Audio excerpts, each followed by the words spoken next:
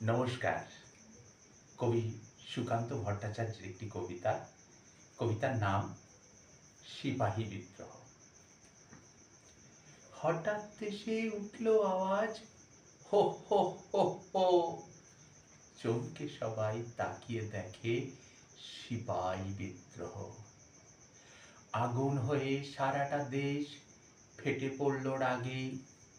ছেলে বুড়ো জেগে উঠল ৯০ সোনাগে।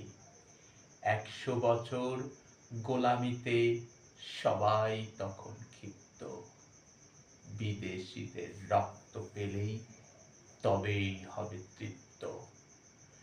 নানা সাহেব, তাতিয়া টোপি, ঝাঁসি রানী লক্ষ্মী, সবার হাতে অস্ত্র নাচে বনের পশু পক্ষী। কেবল ধনী জমিদার আর আগের রাজা ভক্ত। যোগ দিল তা নয়কো দিল গরিবেরও রক্ত। সবাই জীবন তুচ্ছ করে, মুসলমান ও হিন্দু। সবাই দিতে রাজি তাদের প্রতি রক্ত বিন্দু। ইতিহাসের পাতায় তোমরা পড়ো কেবল মিথ্যে। বিদেশিরা ভুল বোঝাতে চায় তোমাদের চিত্তে। অত্যাচারীর নয়কো তারা, অত্যাচারীর মুন্ডু। চেয়েছিলেন ফেলতে ছিঁড়ে, জ্বালিয়ে অগ্নিকুণ্ডু।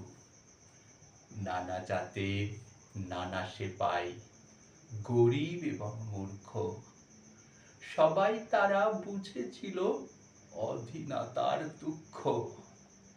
তাই তো তারা স্বাধীন হবার শেষ লড়াইয়ের ডঙ্কা উঠেছে বেজে, কোনো দিকেই নেই কোনো শঙ্কা। জব্বলপুরের সিপাহীদেরও উঠেছে বেজে বাদ্য। নতুন করে বিদ্রোহ আজ কেউ নয়কো বাধ্য। তখন এদের স্মরণ করো নিত্য।